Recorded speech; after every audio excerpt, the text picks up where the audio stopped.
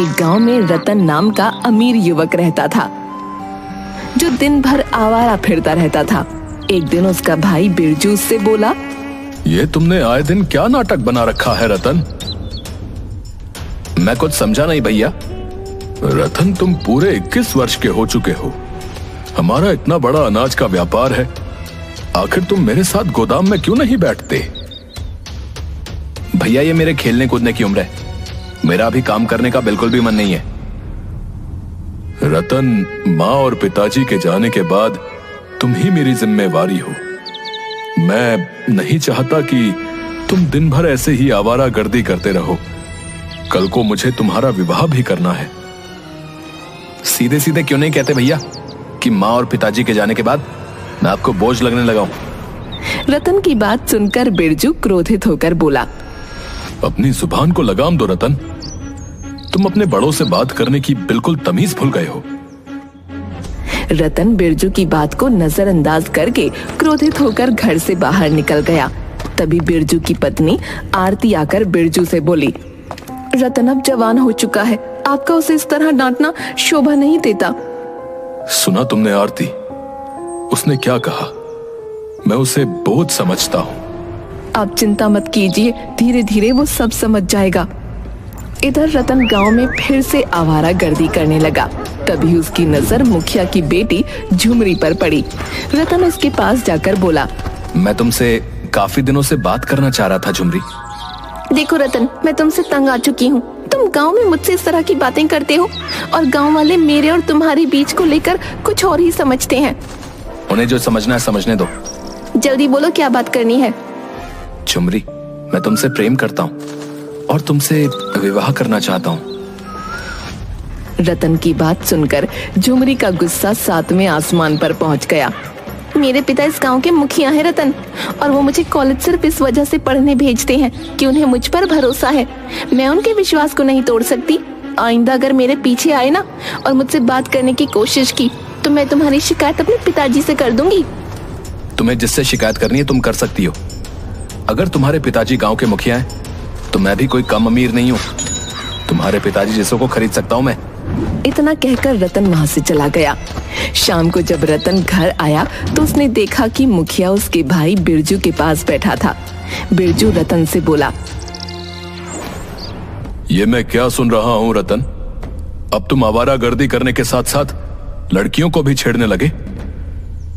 मैंने किसी को नहीं छेड़ा भैया। मैं मुखिया जी की बेटी से प्रेम करता हूँ, उससे विवाह करना चाहता हूँ। प्रेम करते हो?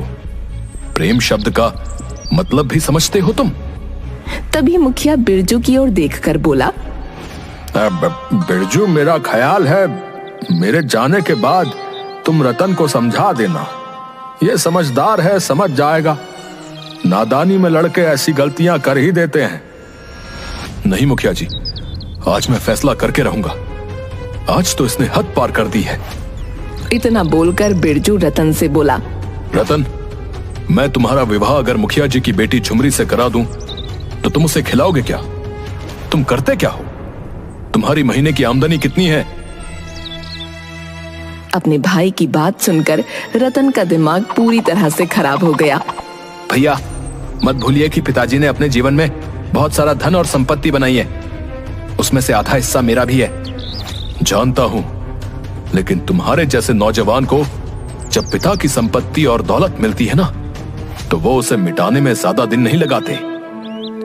क्योंकि तुम लोगों की बस यही समस्या है कि तुम मेहनत नहीं करना चाहते। आप क्या कहना चाहते हैं भैया? यही कि अगर पिताजी अपनी संपत्ति तुम्हारे नाम ना करते तो तुम भीख मांगने के लिए एक कटोरा भी नहीं खरीद पाते। पिताजी की संपत्ति की हक की बात करने से पहले एक बार ये तो सोच लेते कि पिताजी के काम में तुमने कितना हाथ बटाया है। बिरजू की बात सुनकर रतन क्रोधित होकर बोला, अगर ऐसी बात है तो मुझे पिताजी की संपत्ति भी नहीं चाहिए, ना ही मुझे ये घर चाहिए। मैं घर छोड़कर जा रहा हूं। अब रतन, मेरी बात सुनो रतन। मुझे कुछ नहीं सुनना मुखिया जी। मेरे घर के मैटर में आप ना ही पड़े तो अच्छा है। इतना बोलकर रतन क्रोधित होकर वहां से चला गया। आरती बिरजू से बोली, ये आपने सही नहीं किया। आपको रतन से इतना कठोर रवैया नहीं अपनाना चाहिए था।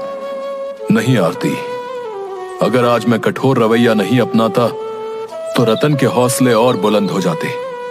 जो भाई अपने छोटे भाई को डांटते नहीं, वो अपने भाई के सबसे बड़े दुश्मन होते हैं। रतन क्रोधित होकर अपने गांव की सीमा से बहुत दूर एक दूसरे गांव की ओर चला गया। उसके पास खाने तक के पैसे नहीं थे। रतन भूखा प्यासा थक हार कर एक गांव की सीमा पर बनी झोपड़ी के सामने बैठकर रोने लगा। आज अगर मेरे पिताजी और माँ जीवित होती तो क्या भैया मेरे साथ ऐसा व्यवहार करते? मेरा इस दुनिया में कोई नहीं है।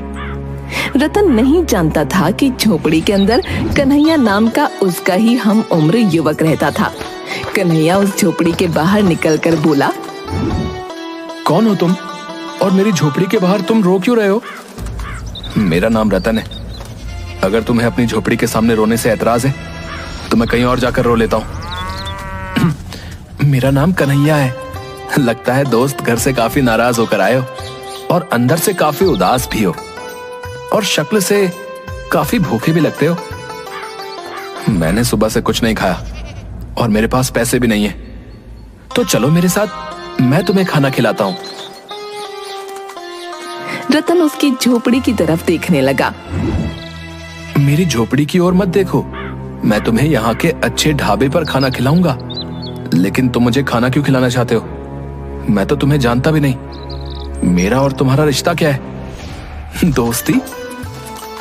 दोस्ती का, इंसानियत का, और इससे बड़ा दुनिया में कोई रिश्ता नहीं होता दोस्त। कन्हैया की आंखों में अपनापन देखकर रतन मुस्कुराते हुए बोला, ठीक है। कन्हैया रतन को ढाबे पर ले गया। रतन ने पेट भर खाना खाया। खाना खाने के बाद वो रतन के साथ झोपड़ी में बैठा हुआ था। तुम करते क्या हो कन्हैया? कुछ नहीं दोस्त, कुछ भी छोटा मोटा काम मिल जाए कर लेता हूँ। छोटा मोटा काम? कहीं तुम चोरी वगैरह तो नहीं करते? अरे नहीं नहीं, छोटा मोटा काम से मतलब है छोटी मोटी मजदूरी।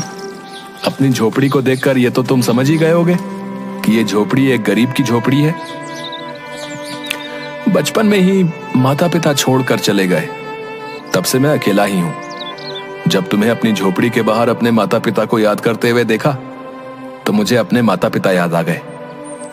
एक समय में मैं भी अपने माता पिता को याद करके बहुत रोता था। अब क्या मैं भी तुम्हारी झोपड़ी में तुम्हारे साथ रह सकता हूँ? यह भी कोई पूछने की बात है? मेरी झोपड़ी में 2 ही चारपाई हैं। एक हमेशा खाली पड़ी रहती थी, शायद ये तुम्हारे लिए ही थी। रतन कन्हैया से बात करते करते ही सो गया। अगले दिन रतन कन्हैया से बोला, अब अगर तुम्हें कोई ऐतराज ना हो दोस्त, तो क्या अब मैं भी तुम्हारे साथ मजदूरी कर सकता हूँ? रतन, तुम्हारे कपड़े देखकर ही मैं समझ गया था कि तुम कोई अमीर घराने से ताल्लुक रखते हो। तुम्हारे हाथ बता रहे हैं कि तुमने आज तक कभी कोई भारी वजन नहीं उठाया। तुम रहने दो। अब नहीं, काम को लेकर मेरे भैया ने मुझे ताना मारा था। मैं भी काम कर सकता हूँ, मैं तुम्हारे ऊपर बोझ नहीं बनूंगा। रतन की बात सुनकर कन्हैया मुस्कुराने लगा। उस दिन के बाद रतन रोज कन्हैया के साथ मजदूरी करने लगा। कुछ ही दिनों में वो दोनों गहरे दोस्त बन गए। मगर रतन कभी कभी अचानक उदास हो जाता था। ये तुम अचानक उदास क्यों हो जाते हो? अगर तुम्हें घर की याद आती है तो तुम चले क्यों नहीं जाते?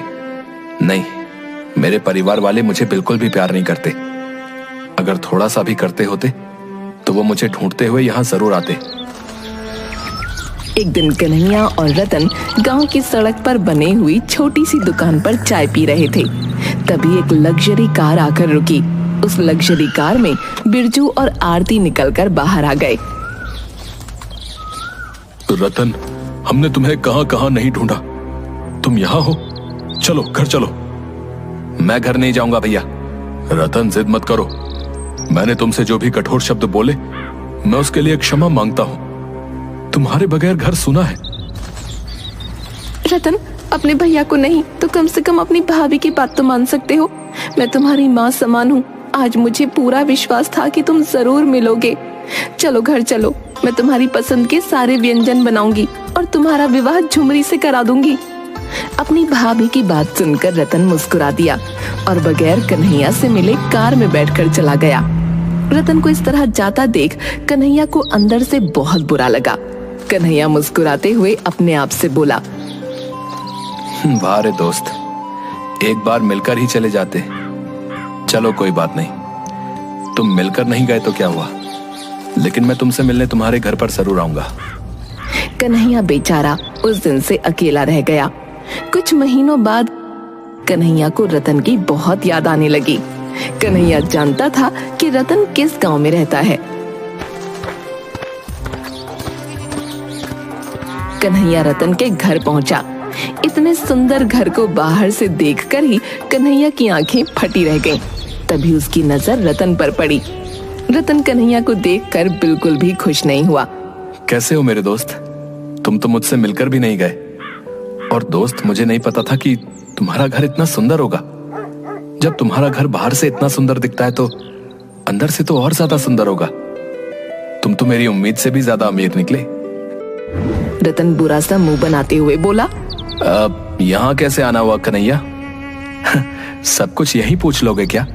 अपने दोस्त को अंदर नहीं बुलाओगे? अंदर सजावट का काम चल रहा है। वो क्या है कि 2 दिन बाद मेरी मुखिया की बेटी झुमरी से शादी है, और तुमने अपनी शादी में गरीब दोस्त को बुलाना भी गवारा नहीं समझा। देखो कन्हैया, मैं जानता हूँ कि तुमने मेरी मदद की और तुमने मुझे खाना खिलाया और मुझे अपनी झोपड़ी में रहने के लिए एक चारपाई दी। तुम्हें उसके लिए जितने भी पैसे चाहिए मैं तुम्हें देने के लिए तैयार हूँ। कन्हैया, तुम जानते नहीं मैंने जितना वक्त तुम्हारे साथ गुजारा है वो कितनी मुश्किल और मुसीबत से गुजारा है। इतनी सड़ी हुई और बदबूदार जगह पर मेरा दम घुटता था, इसलिए मैं कभी कभी वहां से भागने की सोचता था, मगर तुम्हें लगता था कि मैं उदास हो जाता हूं।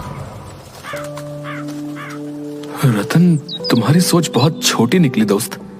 मैंने तुम्हें सच्चे दिल से अपना दोस्त माना था, इसीलिए तुम्हारी मदद की थी। कन्हैया, तुम में और मुझ में जमीन आसमान का फासला है। एक अमीर और एक गरीब दोस्त नहीं हो सकते। मैं नहीं चाहता तुम्हें यहाँ पर कोई और देखे जिससे मेरी बेइज्जती हो जाए, इसलिए तुम शांति से यहाँ से चले जाओ। रतन की बात सुनकर कन्हैया उदास हो गया और उदासी से मुस्कुराता हुआ बगैर कुछ कहे वहां से चला गया। कुछ महीनों बाद कन्हैया अपने गांव के एक रोड पर खड़ा था कि तभी एक कार तेजी से आकर एक पेड़ से टकरा गई। कन्हैया वहां खड़े लोगों से बोला, अरे देखो, वो कार एक पेड़ से टकरा गई। कन्हैया सहित सभी लोग वहां चले गए। कन्हैया कार के अंदर बैठे लोगों को देखकर बोला, अरे ये तो रतन है और लगता है ये इसकी पत्नी है। एक व्यक्ति कन्हैया से बोला, क्या तुम इसे जानते हो? हाँ जानता हूँ, और मैं ये भी जानता हूँ कि ये कहाँ रहता है। अब ये दोनों तो बुरी तरह से जख्मी है। इन दोनों को तुरंत अस्पताल में एडमिट कराना होगा भैया। सही कहते हो, एक काम करो, जल्दी से कार से इन दोनों को निकालो। कन्हैया ने उस व्यक्ति की मदद से उन दोनों को अस्पताल में एडमिट कर दिया। उस व्यक्ति ने कन्हैया की मदद से रतन के परिवार वालों को वहां पर बुला लिया। बिरजू दौड़ता हुआ वहां आ गया और डॉक्टर से बोला, अब मेरे भाई की तबीयत कैसी है और उसकी पत्नी झुमरी कैसी है? देखिए, उनकी पत्नी को तो ज्यादा चोट नहीं है, लेकिन आपके भाई की हालत ठीक नहीं है। क्या कहना चाहते हैं आप? आपके भाई का खून बहुत ज्यादा बह गया है। खून ज्यादा बह जाने की वजह से उनकी दोनों किडनियां डैमेज हो गई हैं। तो फिर आप मेरी किडनी ले लीजिए। अब आई एम सॉरी, आपकी एज ज्यादा है। डॉक्टर, मेरे भाई के इलाज में जितना भी रुपया खर्च हो जाए उसकी चिंता मत कीजिए, बस मेरे भाई को ठीक कर दीजिए।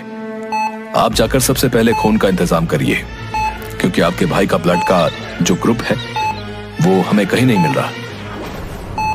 बिरजू पागलों की तरह खून का इंतजाम करने लगा, मगर उसे रतन के ब्लड ग्रुप का कोई ग्रुप नहीं मिला और हर किसी ने अपनी किडनी देने से मना कर दिया। कन्हैया चुपचाप डॉक्टर के पास आकर बोला, मेरा ब्लड ग्रुप चेक कर लीजिए डॉक्टर साहब। तुम कौन हो? रतन का दोस्त हूँ। डॉक्टर ने कन्हैया का ब्लड ग्रुप चेक किया। अरे वाह, तुम्हारा ब्लड ग्रुप तो रतन के ब्लड ग्रुप से मैच खा गया। डॉक्टर साहब, मैं अपनी किडनी भी डोनेट करना चाहता हूँ। क्या तुम इस बात को सीरियसली कह रहे हो? हाँ डॉक्टर साहब, रतन मेरा दोस्त है। उसकी नई नई शादी हुई है। मैं नहीं चाहता कि उसे कुछ हो जाए। जब रतन ठीक हो जाए तो मेरा मैसेज रतन तक आप जरूर पहुंचा दीजिएगा। बस मैं इतना ही चाहता हूं। तुम बिल्कुल पागल इंसान हो। अरे बिरजू बहुत पैसे वाला इंसान है। उसे पता लग गया कि तुमने अपनी किडनी उसके भाई को दान दी है तो वो तो तुम्हें पैसों में तोल देगा। मुझे पैसे नहीं चाहिए। मैं दोस्ती के नाम को बदनाम नहीं करना चाहता। कुछ महीनों बाद रतन बिल्कुल स्वस्थ हो गया और ठीक होकर रतन मिठाई का डिब्बा लेकर डॉक्टर से मिलने अपने भाई के साथ उसके घर पर आया। भैया बता रहे थे कि उन्होंने आपसे बहुत पूछा कि मुझे किडनी किसने दान की है, मगर आपने भैया को नहीं बताया। हाँ रतन, क्योंकि जिसने तुम्हें किडनी और ब्लड डोनेट किया था उसने मुझे सिर्फ तुम्हें ही बताने को बोला था। मैं आपकी बात का मतलब नहीं समझा। उसने अपना नाम कन्हैया बताया था और मुझसे कहा था कि रतन जब स्वस्थ होकर आपसे किडनी डोनेट करने वाले का नाम पता करने आए तो आप उसे मेरा नाम बताना और साथ ही साथ ये भी कहना कि असली दोस्त इसे कहते हैं। रतन से कहना कि अगर उसे दोस्त बनना है तो वो किसी गरीब को बनाए, क्योंकि गरीब ही मुसीबत में काम आते हैं। डॉक्टर की बात सुनकर रतन फूट फूट कर रोने लगा। वो बगैर देरी किए अपनी बाइक लेकर सीधे कन्हैया की झोपड़ी के पास चला गया, मगर उसने देखा उस झोपड़ी के अंदर कोई दूसरा ही व्यक्ति रह रहा था। यहाँ पर तो कन्हैया रहता था, कहाँ गया? कन्हैया तो यहाँ से 1 महीने पहले ही चला गया। क्या आप जानते हैं वो कहाँ गया? नहीं, उसने किसी को नहीं बताया, बल्कि उसने गांव में भी किसी को नहीं बताया कि वो कहाँ जा रहा है। हाँ, उसने कहा जरूर था कि कोई रतन नाम का इंसान पता करते करते यहाँ पर आएगा तो उससे कह देना कि दोस्ती का असली मतलब यही होता है। वो भले ही मुझे अपना दोस्त नहीं समझता हो, लेकिन मैंने उससे सच्चे दिल से दोस्ती की थी। उस व्यक्ति की बात सुनकर रतन भारी मन से झोपड़ी के बाहर निकल आया और पागलों की तरह कन्हैया को ढूंढने लगा, मगर कन्हैया उसे आज तक नहीं मिला। कन्हैया रतन को दोस्ती का बहुत बड़ा पाठ सिखा गया था।